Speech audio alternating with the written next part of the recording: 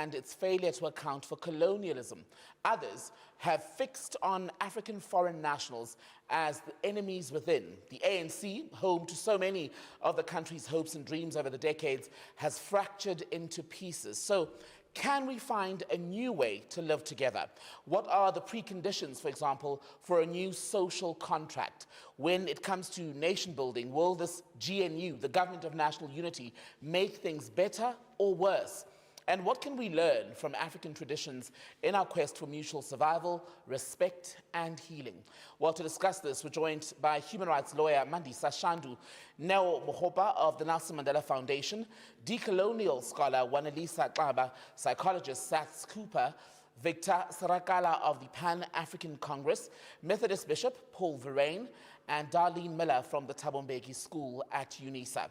Singer Buhlebendalo is also in the house today. Now, in the audience, we have four-lists, activists, artists, and students. We have faith groups as well as traditional healers. We have people whose ancestors come from far afield, in fact, but now find themselves in South Africa. So, welcome to you all.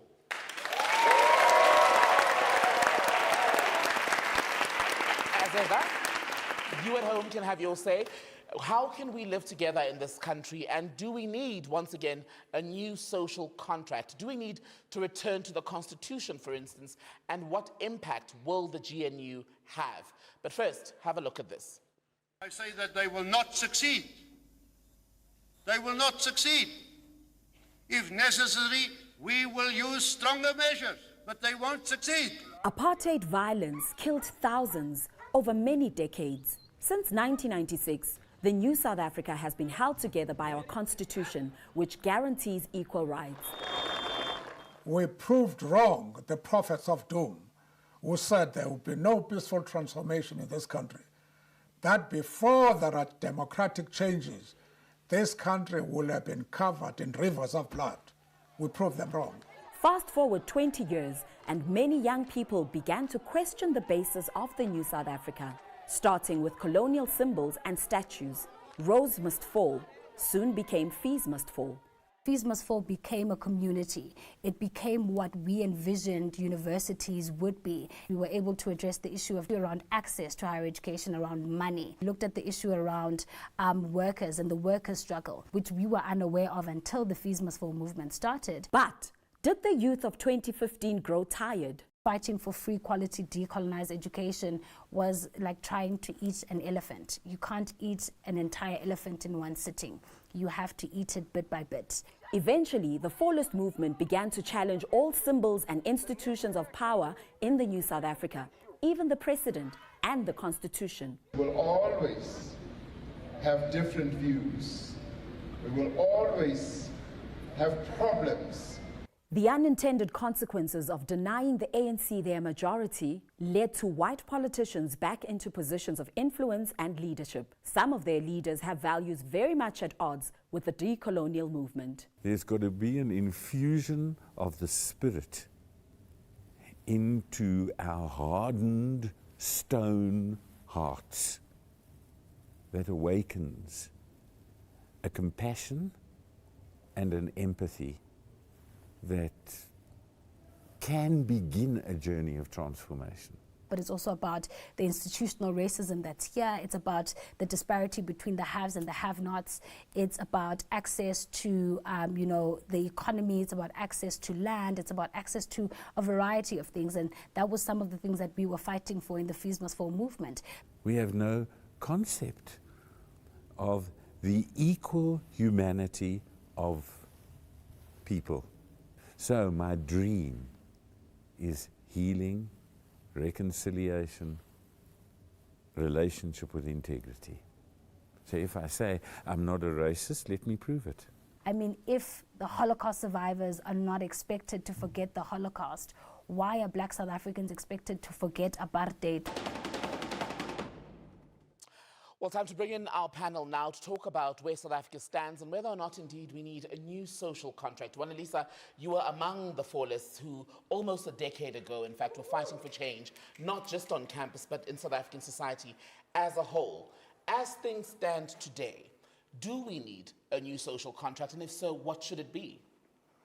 Yes, I think we need a new social contract because you need to think about South Africa as a wound, as an infected wound, and you know it's a 500-year wound from colonialism to apartheid, and how these systems normalized brutality on the black body. And so in 1994, we were sold a social contract that is called democracy. However, it is just a plaster on top of this festering infected wound. And it's important for us because the wound is carrying on from generation to generation. It's an intergenerational trauma. It's an intergenerational spiritual wounding that has happened in South Africa.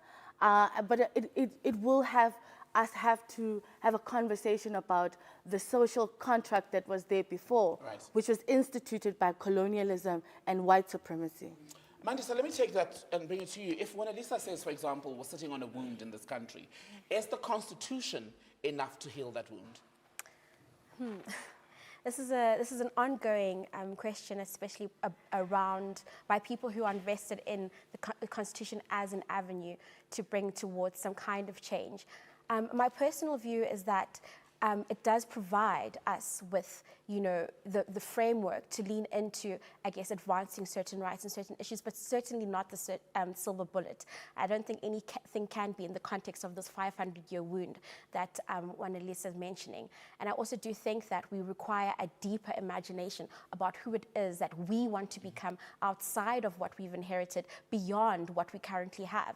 And so in that context, I think it requires us to think a little bit differently, not just using perhaps the law as an avenue, which we know can also be used to oppress, but how do we arrive at something different, something that looks more like justice, which for me is also an avenue for healing, something that is really rooted in recognition of injustice, of trauma, of the ongoing struggles and suffering that people have, and coupled with action through redistribution of resources, of land, of the economy.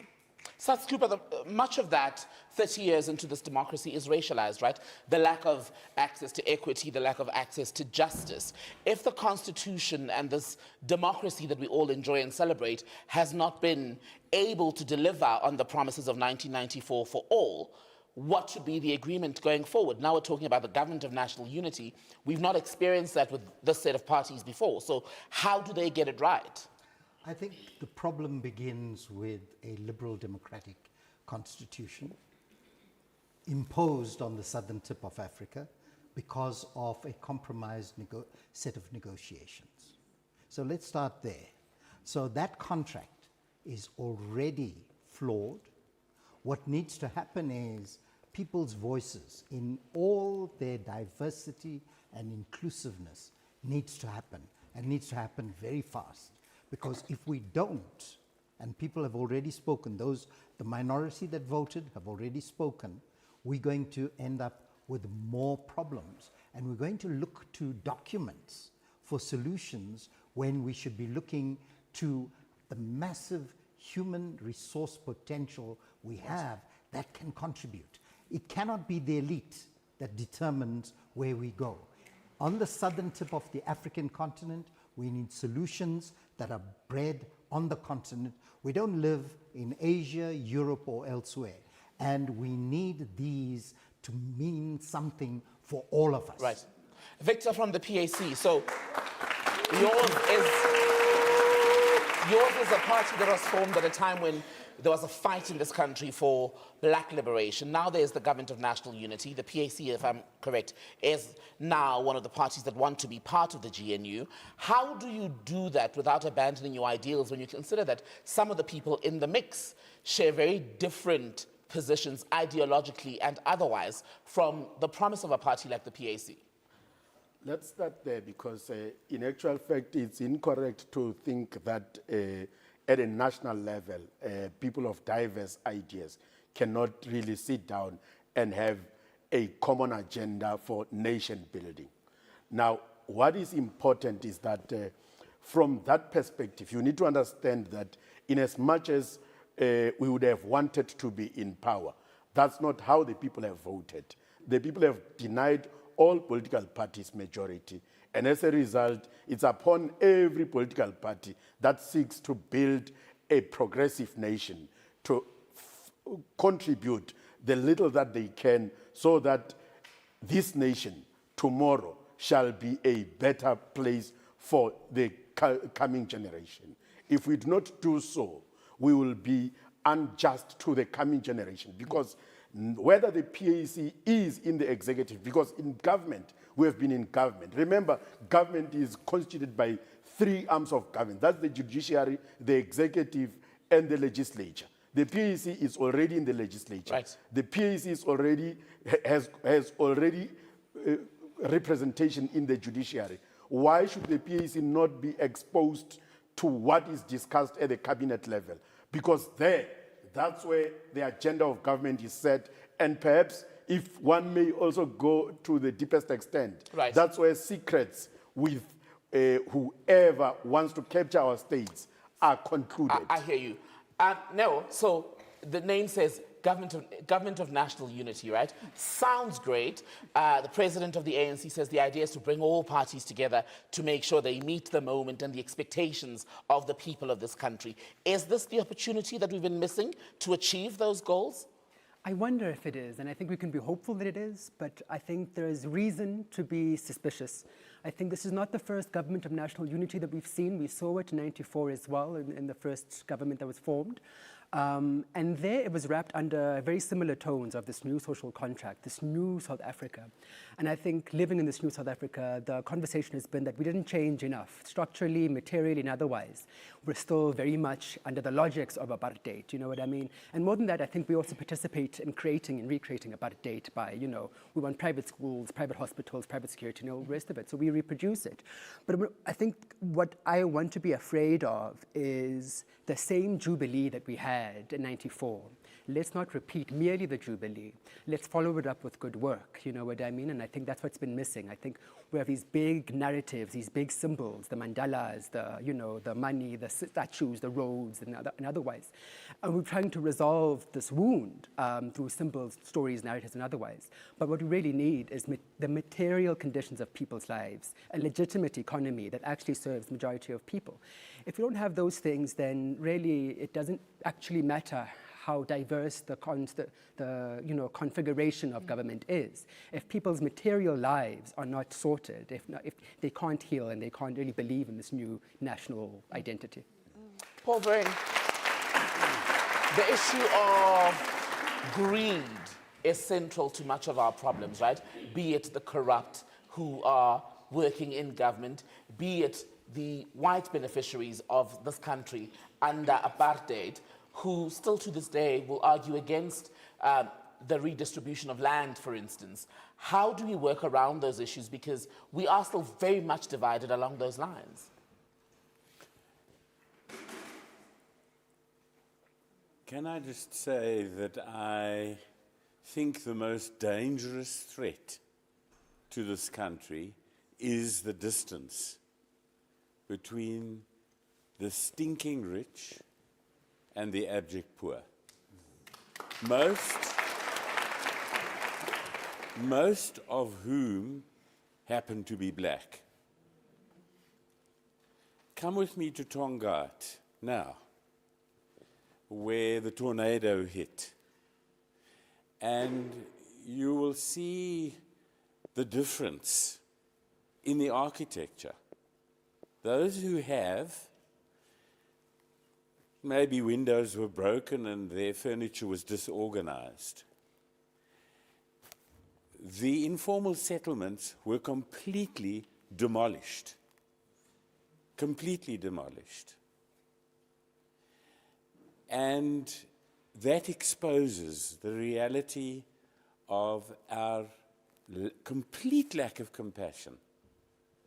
Now, how we deal with that is we patronize and we bring in all sorts of things and so on. We haven't got the sense to be able to take a lesson from the poorest of the poor. So when you talk about listening to the ground, the poor are not really that accessible, actually, because we've stuffed them into corners and into dilapidated buildings and into the vulnerable pieces of our architecture. Right. And so a journey needs to be taken in this country to those who still are rejected in the land of their birth. I want us to talk about how long that journey will likely take us to complete when the big debate continues. When we return, we'll reflect more on the Government of National Unity, the GNU, and then we'll talk about healing. You're watching The Big Debate.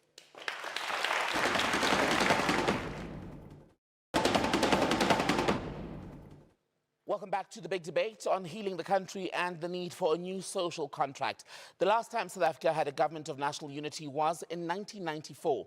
That's when the National Party joined the ANC in government to avert a civil war. What's the basis for this latest GNU then, and how does it make people feel? Have a look. Soweto, we're here, we're hearing from everyone if whether the Rainbow Nation still exists. 30 years later, will they be able to work together? We've had the GNU. Let's hear how we're going to move forward as a country. Are we going to heal? What do you think? Let's hear from the people. Come with me. The Government of National Unity is calling other parties. There's 10 parties or more joining. How do you feel about that? I think it's a wrong turn for the government. Now South Africa is a time-ticking bomb. They're all in parliament even before. All that we've been seeing is them fighting against each other. Then we're expecting to see the very same. It seems like it's about bonga bafuna power. So I don't think it's going to be a long 5 years. Do you think the second GNU is going to reconcile all the things that have happened in the last 30 years? And looking ahead 30 years, will there be a difference according to you? The people that are funding this organization are coming from the very same Western Cape. A new political party given billions. So automatically it tells you that it's a capture. I don't think they have interest in the GNU is a benefit umntana wase Alexander or umntana wo somewhere eGiyani. Cannot blame them for the mistakes that were committed in the past. We have learned from the past to agree that everything went wrong. But over and above everything, you can't wish the minorities away. We have to learn to coexist with them, live in harmony with them.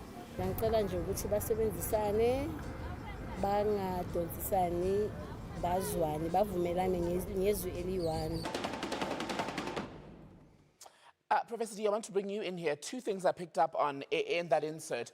The elderly gentleman says you can't wish away minorities. The last woman talks about not quarreling and everyone working together. Does that, for example, include embracing or accepting, recognizing, whatever the word may be, communities such as Orania? Because that was one of the conversations people were having ahead during these GNU discussions, saying, well, the FF Plus has suggested that that's what needs to happen. No. Well, Orania would be an example of how extremely diverse we are as a country. There are also some minorities in our country that have been forgotten about. Our Cape Coloured community and our national coloured community, we've got Tyler making waves globally, right? But every time they come to Tyler, they argue with her about who she actually is. So when we started in 1994, I was there. I was working for the trade unions at the time, and so was Tata Cyril. He was there as well. And if you think of a rainbow nation, a rainbow is something beautiful. You admire it. You almost want to leap to that rainbow. But to where we are today, I would almost feel we're like a mirror that's been cracked and broken. And when you have to think about, how do I talk to my friend? My data time is gone. How do I get some water to clean something because the water's cut off today? Can I study, or can I, look at my cell phone because the electricity bill is clocking up like that? Then you say a social contract, a new social contract.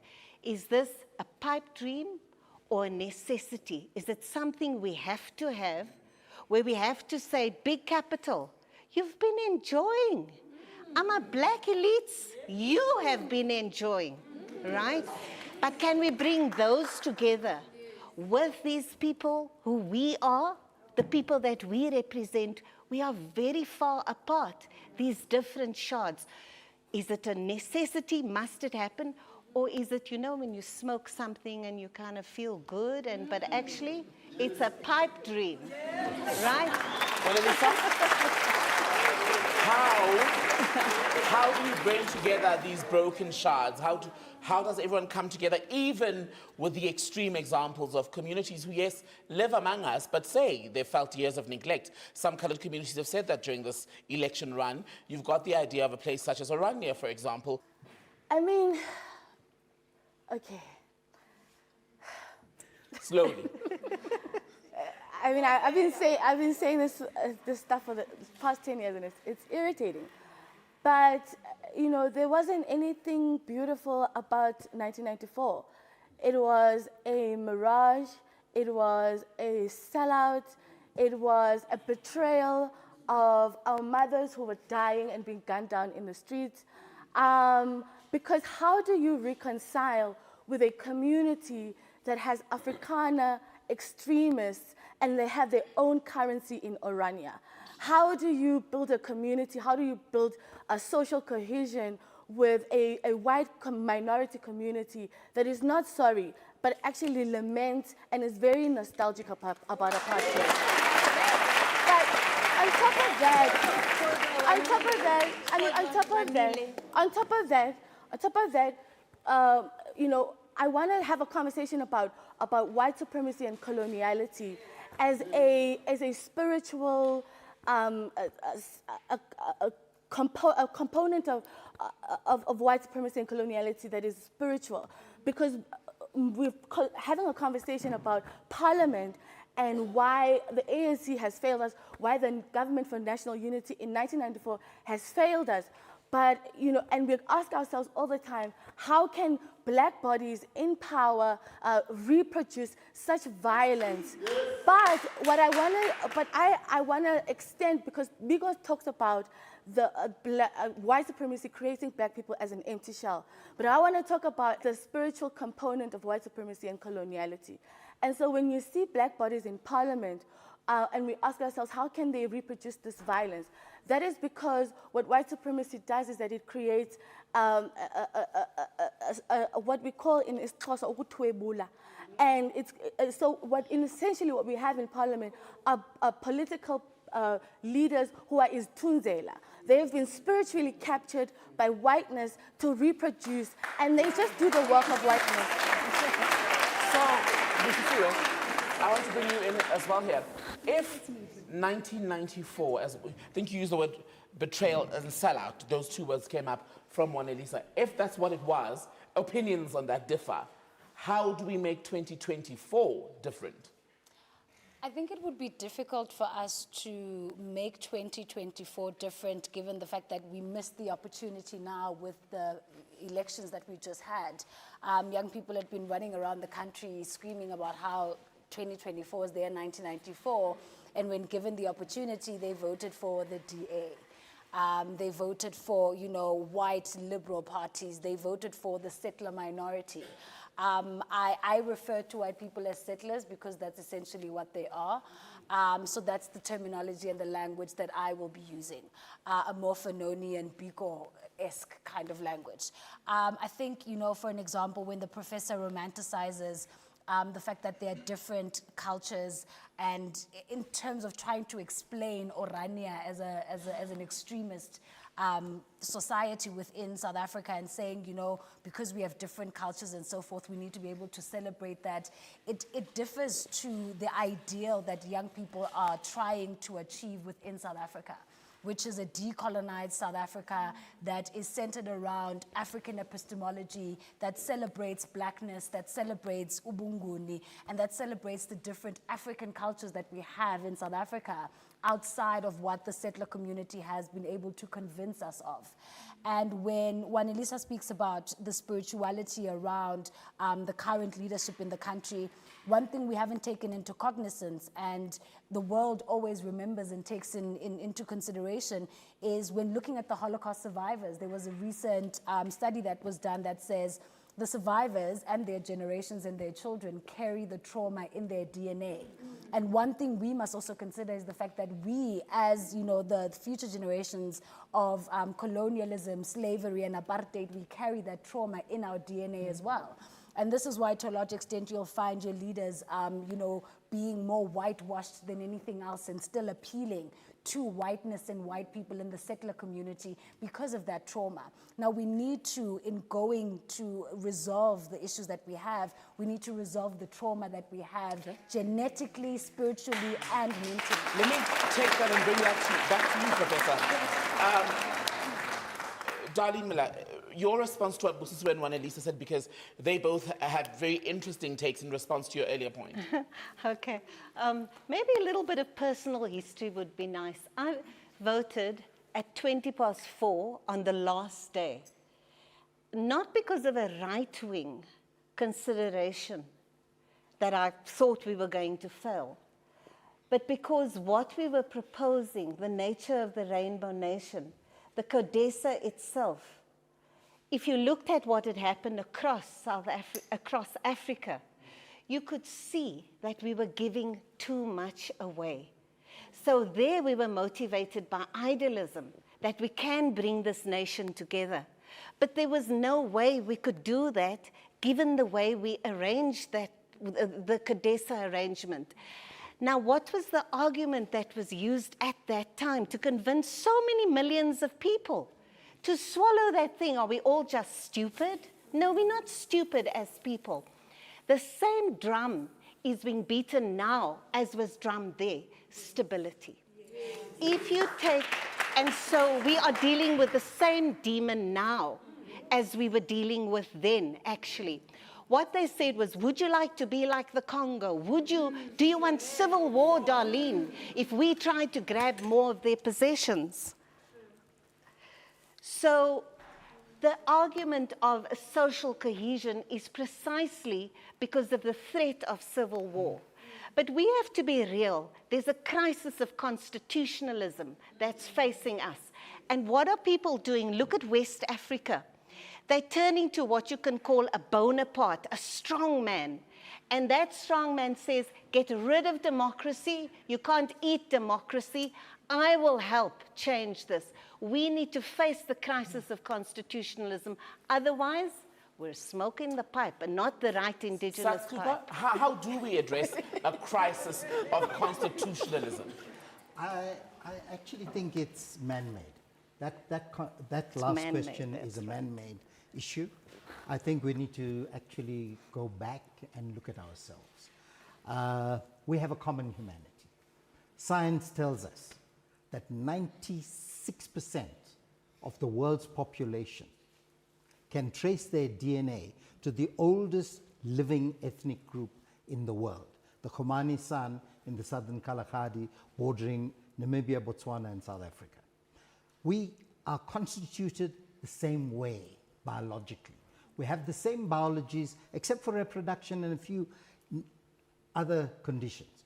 We have not learned that we are human beings because of the demonization and the diminution of people from colonialism through to apartheid and in the current system where social justice and all that comes with it has not been available to the majority. Indeed, the people we've put faith in have actually themselves turned around and said to us, we have no power. When you have ministers standing up like Thulas Nxesi and saying, we don't have the power. What were you doing for 30 years? You could have changed this. But they bought into the narrative of those who would seek to continue to extract from us. The Rainbow Nation, right. You know, a rainbow has a pot of gold. They've stolen that gold and the land and everything else. Dr. Saths Cooper. Now, when we come back, we'll take a moment to reflect and we look for, once again, the issue of healing. And can we get there without addressing everything that we have just spoken about? You're watching The Big Debate.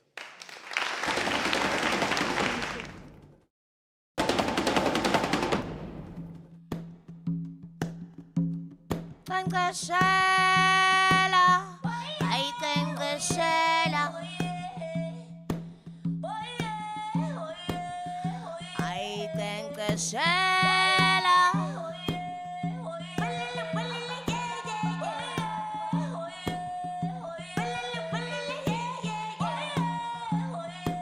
Abatala bakatwa bethe njisu mhlaba sekuphela iminyaka thina sikhangela wena bathi niwa badala bathethile abantwana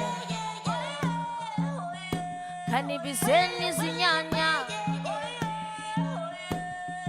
buya Azania Azania buya Azania Shela bantwana Azania buya Azania Shela Shela bantwana Shela Shela Shela Shela bantwana Shela banolunya bantu bethu banolunya bantu bethu bayiphangile indlalifa yethu khanibizeni izinyanya thina sicela ukukhanya makhosi sicela ukukhanya Shela, Shela, Shela,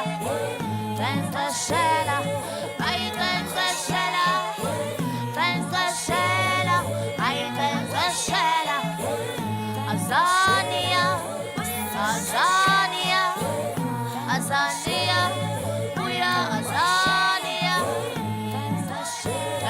Shela Sulwana, Azania, buya Azania.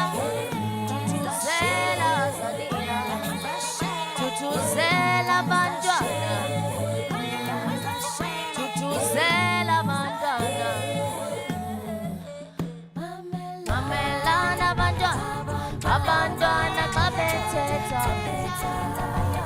baphathile isizwe mamelana Abantwana xa bethetha ANC mamelani Mamelani Abantwana xa bethetha baphathi balomhlaba mamelani Abantwana xa bethetha mamelani Abantwana xa bethetha siyathetha Abantwana xa bethetha Abantwana xa bethetha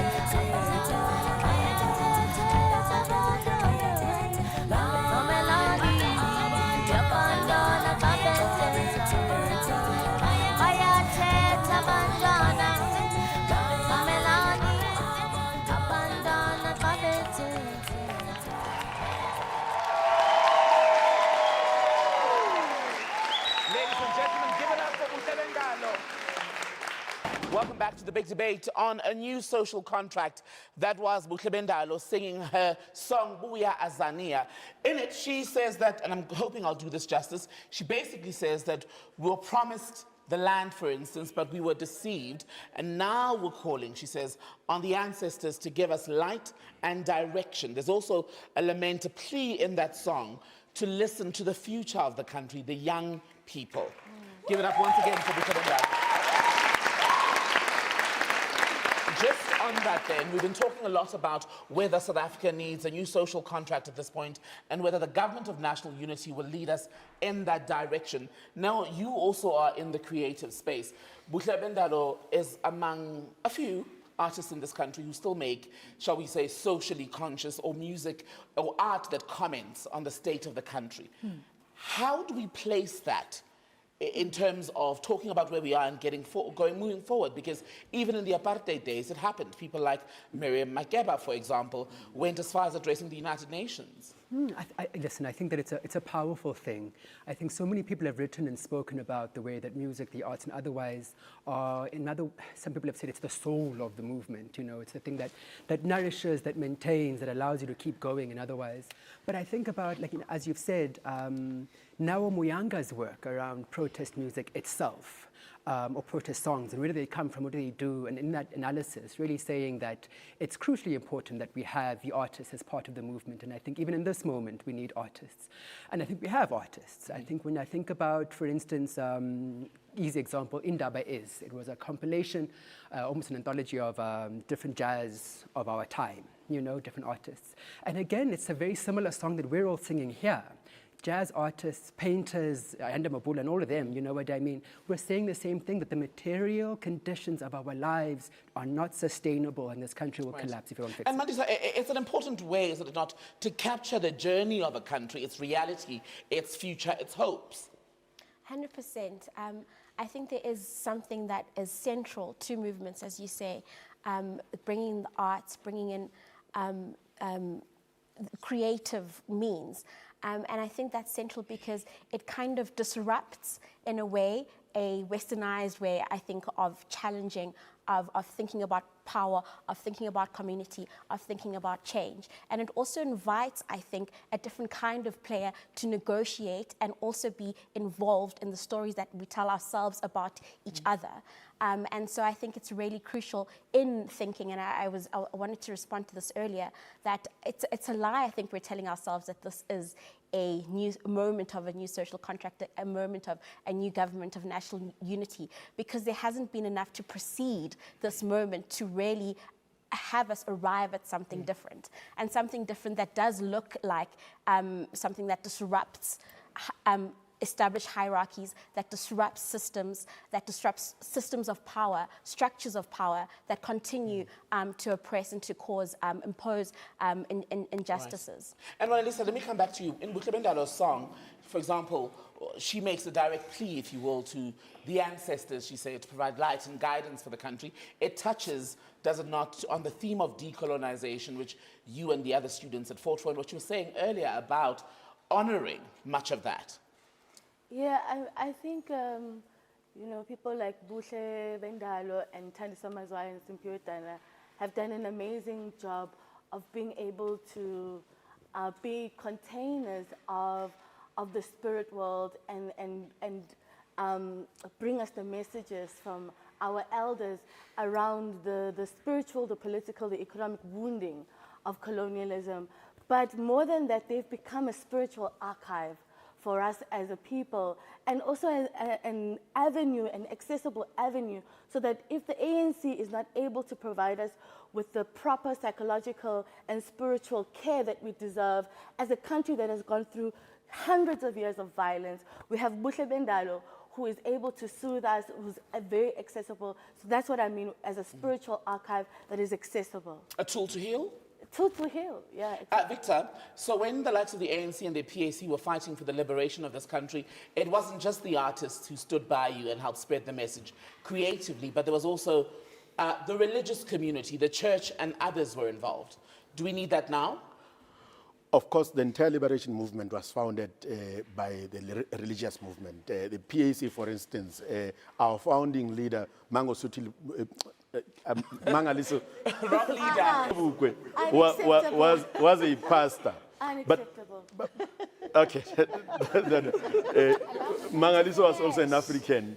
Yes. So he was also an African. Look, we were found in churches, and the entire liberation theory, ideology, and philosophy was founded by people like Wumakas Gavi. They were inspired by the church. As a result, the church is so critical, and that's why when we are speaking about the new social contract, we should be thinking about religious organizations, students' movement, young people. We should be thinking across the board and not only think of political parties, because in 1994, or prior 1994, it was political parties that were negotiating. We ended up with what we have today. If we leave this thing to political parties alone, we will end up where we will continuously complain. Now, what is important is that as Africans, we need to take charge of our destination, because if we do not do so, and we should do so in various ways. We should invite our universities directly involved in researching methodology on how to deal with coloniality instead of only complaining. Because what is important is for us to work on a new social compact that will be involving the entire society. And if yet, we don't, parts of religion, spirituality, do come from the West, right? People who, as you were saying earlier, people who you still refer to this day as settlers in this country. So how do we merge those worlds? I don't understand what you would mean by religion comes from the West. The oldest Bible is the Ethiopian Bible, and not necessarily the West, but the colonizers. But the concept, rather, of a higher being of Jesus Christ, of God, has always been on the African continent. It has been manipulated as a means of indoctrinating Africans and black people around the world in a way that serves the West. But God has always been.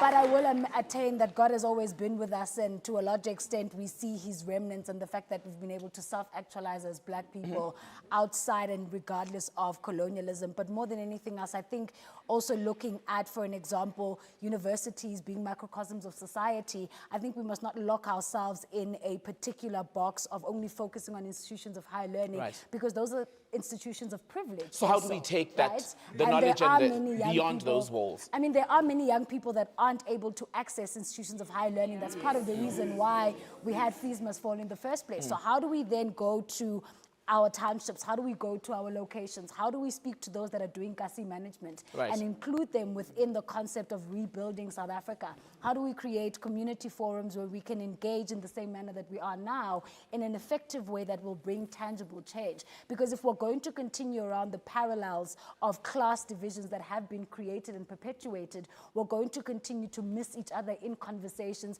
and we're going to aspire for different things at the same time while achieving absolutely nothing. Paul Verryn, how do you see the role of the church, mosques, synagogues, traditional leaders even then, in doing what Busisiwe says actually needs to happen in this country, where everyone has a fair say and access to everything that we basically need and want? Well, you're basically talking about the resurrection of a corpse. How so? Well, I think that religion has become dead. The critiques, let me go back to what you said, that we're struggling with a spiritual problem. You understand? And I'm supposed to be a spiritual person. That's how I'm recognized. How can we be in this mess when everybody goes to some religious institution every week? How does this disconnect happen? How can you go to church, for instance? Let me come to my context, and not talk about politics, and not talk about the poor, and not talk about black-white relationships. How do you manage to skid around all that stuff? So when you ask me the question, the church has got some very deep work to do on itself. Did the church take its eye off the ball, or was it co-opted, as so many other spheres of society eventually became? Because with the access to money and power, people do change. Well, let me say to you, there is always in religion, to answer your question, let me answer your question first. Yes, the church copped out, does cop out. Marx said it. Religion is the opiate of the masses. So when you go to church and you feel comfortable, be careful in this context.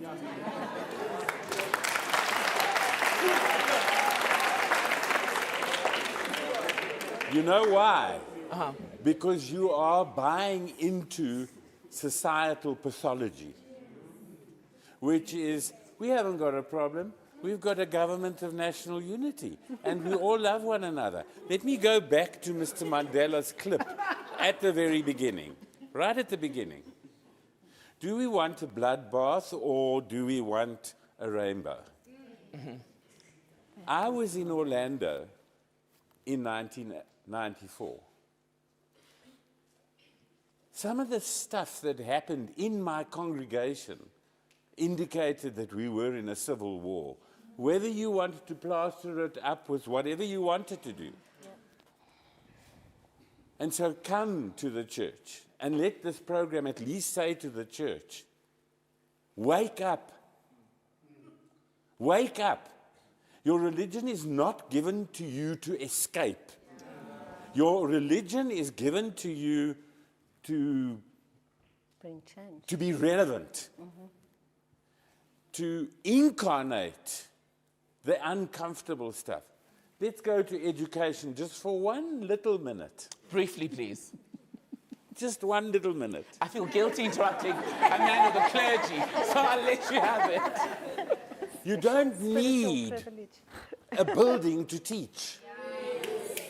You can actually teach under a tree.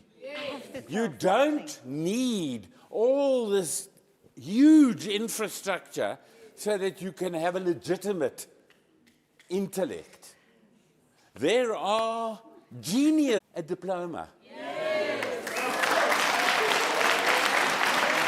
want to move on and come to university, but to what Reverend Verryn was saying, I suppose the difference with that is when you are denied the access, right, to a proper building and a proper place to learn. But you wanted to come in as well, briefly. Well, if we speak about healing, briefly, telling people from universities briefly, okay. If we speak about healing, then we have to speak about indigeneity. Universities need to change. 2016, fees must fall as were calling universities out on their failure to play the role they need to play in this country.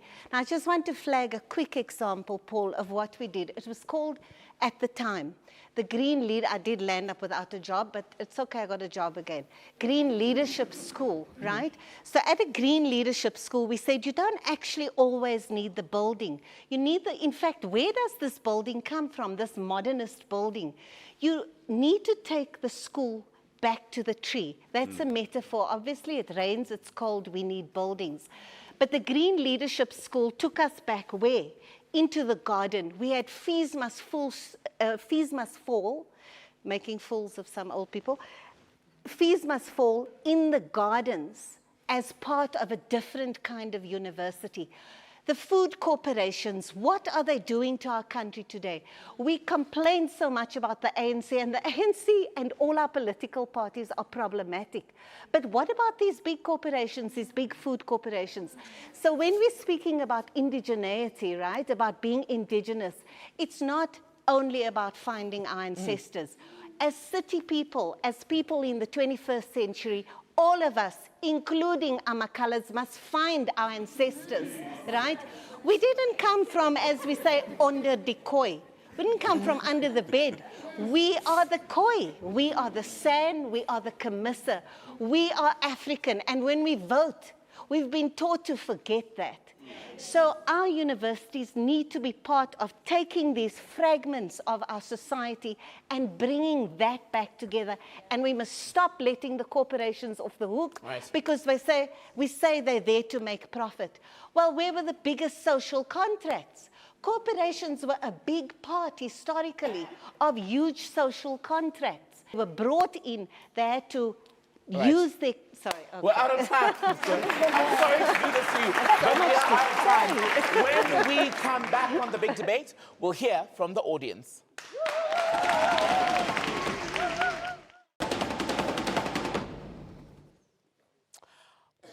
Welcome back to the big debate. We've been talking about the state of South Africa today, the government of national unity, and how we heal and move this country that so many of us love forward. Now it's time to hear from the people who've been sitting in the audience listening to the panelists. And ma'am, you are among the first people who wanted to speak. Can I ask you to come closer? Your name and where you're from.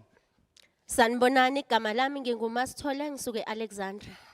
Andakakhisana. Umbuzo kaSisuthini. Noma kungasiwo nombuzo. Yes. Into ekhona engibhekile ukuthi ke ungabe uganulo uzosebenzela yini njengabantu base South Africa. One angicabangi. I-reason ukuthi lelizwe ke azange lize lilwele abantu bamanje lalolo abanye abantu abashiswa abanye baba bakaze babuye emngceleni.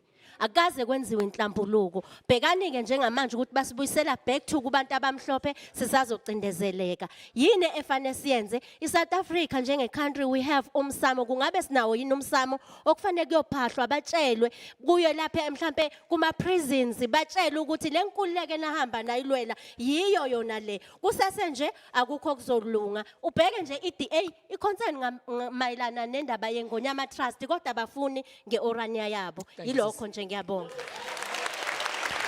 So,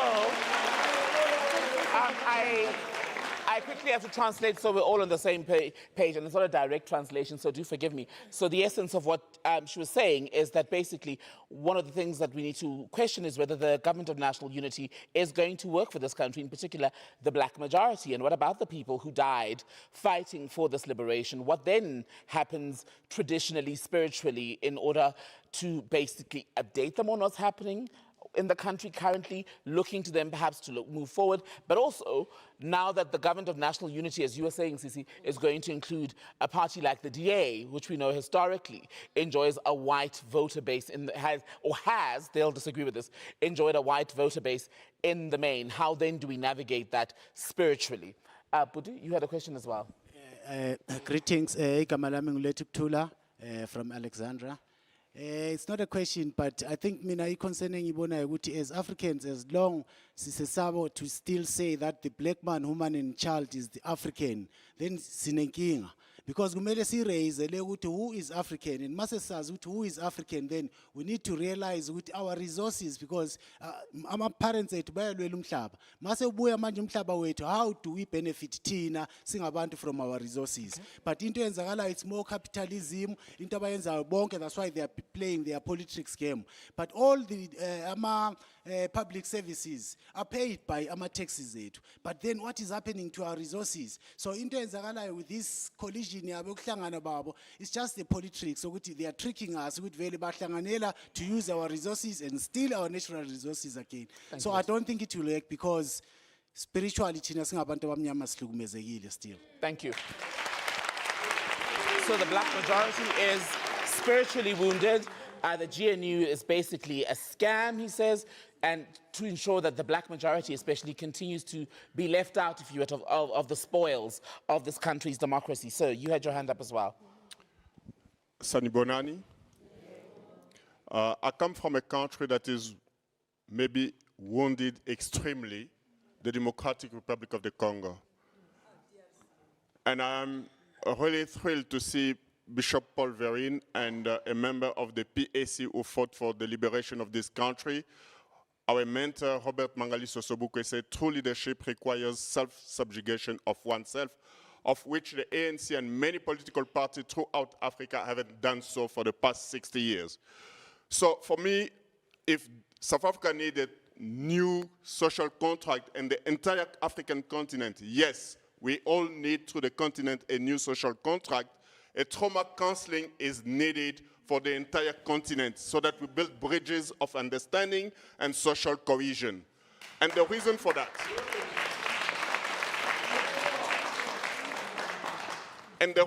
that, is simple. I heard the word education. And for me, education, being a person, an educator, education, educare from Latin means to bind forth. So we have been enslaved in our mind. And in order to liberate ourselves, it is very important that we go back to the roots to study under the tree, in the rivers where I was this morning. Anyway, but the simple thing that is key and critical, we have been taught what I usually call to my students who study philosophy, African philosophy, philophobia. And if you don't know the meaning of philophobia, it means the fear of love. And we don't love ourselves, we underestimate ourselves, and that is the reason for which we are here. Thank you. There were more hands on this side of the room. There was a hand here, I believe. If I could ask you to stand up, please, and I will stand over here so we can all see you. Name and where you're from. My name is Virginia Magwaza, preferably in Njinji. I'm the director of an organization called Parents, Families and Friends of South African Queers. The GNU is actually making us to relive the trauma. And I think for the young people, I'm pleading to the young people, I'm very old, that they should see this as an opportunity to clean the wound that our parents could not clean, and go deeper and understand who we are, what is our spirituality, because the spirituality that we live now is not exactly what we are supposed to be living. And also understand our culture, understand the food, because it is through the food that our minds are being destroyed. Your KFCs that you like and your McDonald's are actually destroying our minds. So it is important that we develop our own new social contract that is without the imperialists, that is without the white supremacists, but that is looking into building a future for the black child. Thank you, ma'am. There was a hand, I think your hand was up as well, ma'am. Let me try to squeeze in. If I fall over, do not laugh. Name and where you're from, please. Hi, Tembekile. My name is Maria. I'm from Dobsonville, part of Soweto. There's a lot to talk about. I think that's why we're here at the big debate. So my question is, the wound, is it going to be healed? Because now, in my perspective, I see the Rainbow Nation whereby, like, we knew that the Rainbow Nation, at the end of the rainbow, there's a pot of gold. But what I see now, I see at the end of the rainbow, there's a black diamond, a white diamond. So I don't know how you're going to put it or how you see it. But what I know is that a black diamond is expensive, right? And then a white diamond comes after a black diamond. So what I'm trying to say is that we black, we are given an opportunity, we are given a hand. So whoever that comes through to reach out, they don't even want to know where they fall on. As a Christian, we're all Christians, right? And there is some culture. No, okay, fine. You can back to differ. You can back to differ. What I'm saying, I'm Christian. Let me just briefly, please. Yes. Let's allow her to finish. We're almost out of time. Yes. So I'm Christian. What I'm saying is, when you are a Christian, and then I get a hand to reach to another culture, because of money is power. So I'm going to fall into that culture because of I want to be recognized, acknowledged. You understand? So briefly saying, at the end of the rainbow, I see a black diamond and a white diamond. However you see it, it's up to you. That's but we're still divided at the end. Definitely. Okay. When we come back, we will look to hear the last words from our panel on the big debate. Stay with us.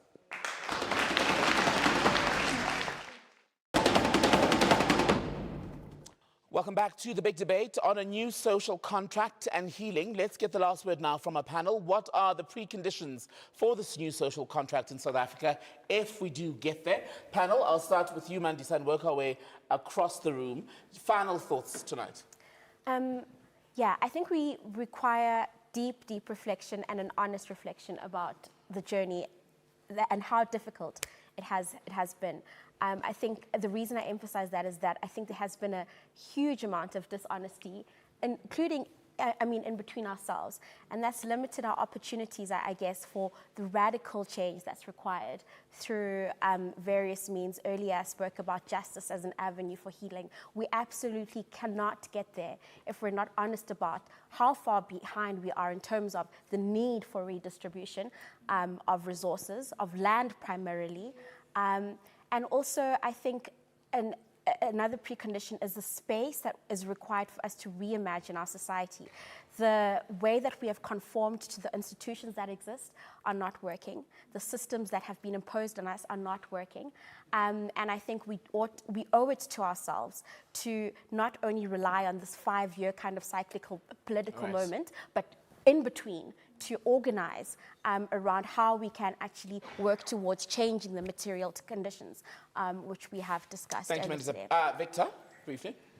A new social contract requires the involvement of the entire community. We are bound, all of us, particularly the so-called enlightened, in this room I see many, to go back and take our space in our community, train them to be monitors of government programs, so that if they are given poor services, they are able to pick it up from the onset and be able to respond.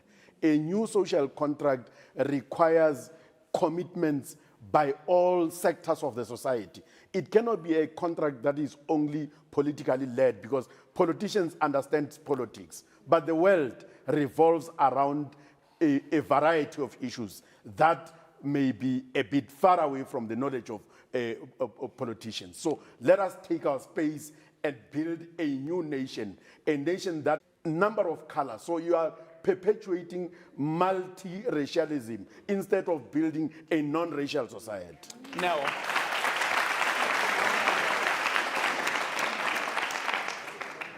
I think I'd like to compare this country to an abuser in some ways. And you know, when you're being abused, your abuser tries to bind you to the trauma of the abuse and won't let you heal, won't let you let go, won't let you move on.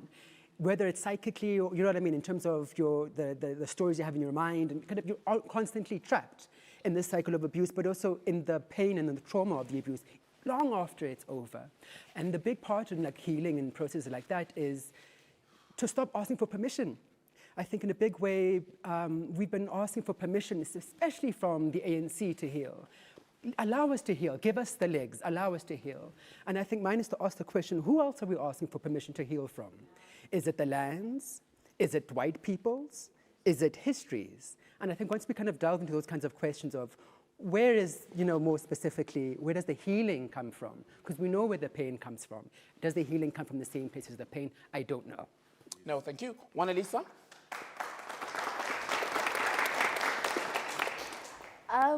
I think I leave the discussion even more convinced about the ways in which white supremacy and coloniality spiritually captures. And I think our black leaders in parliament really embody the idea of black people, of black leaders as is Tunzela, spiritually captured. Right now they are going into a unity government with one of the most brutal and racist political organizations, the Democratic Alliance, that was also previously called the Progressive Party during apartheid. And what this party is going to do is going to privatize healthcare, it's going to privatize basic needs that people right now who are still poor are even struggling to access. And so it's a long road for South Africa, and I hope and I pray that the spiritual leaders, particularly, I mean, I think Ubungoma and Amagbricha can really, as Usisi has said, come together and pass out for this nation.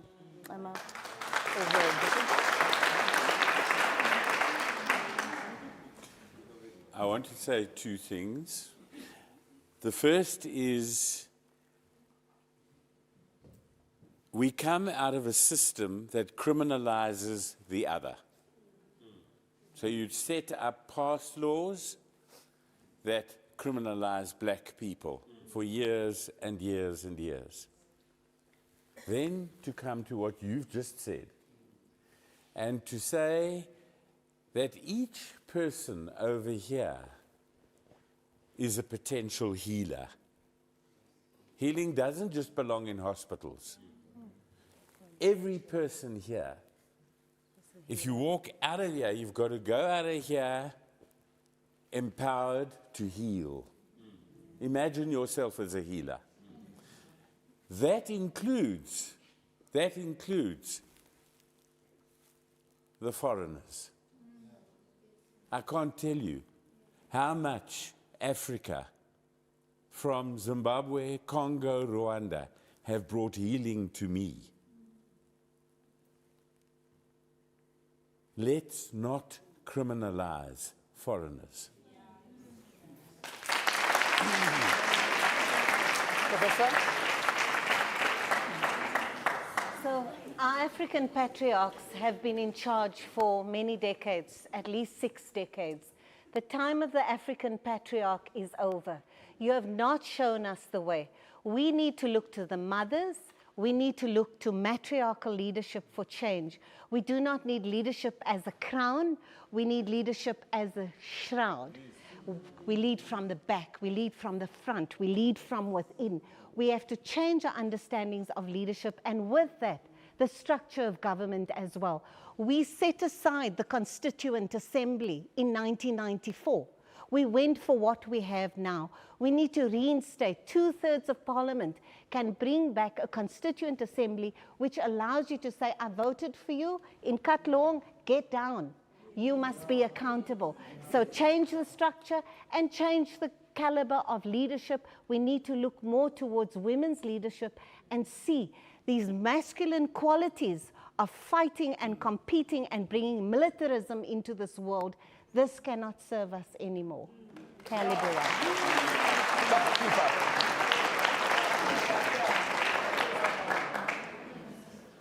We don't deserve the appalling leadership we have. We deserve better. And for all those young people, and this country comprises over 2/3 of the population are under 30 years of age, early 30s. If you leave it to the people who fill our screens and our airwaves, we're going to get nowhere. That sense of agency you have, that means doing something about the situation, has to come to the fore. If you leave it to these politicians, they'll care for themselves and their backers, who, by the way, are the same people. The people who have our economy in their hands are part of the main political parties here. They've backed those people up. We need, I agree with you, we need a complete change of this electoral system because it's corrupt ab initio. You need...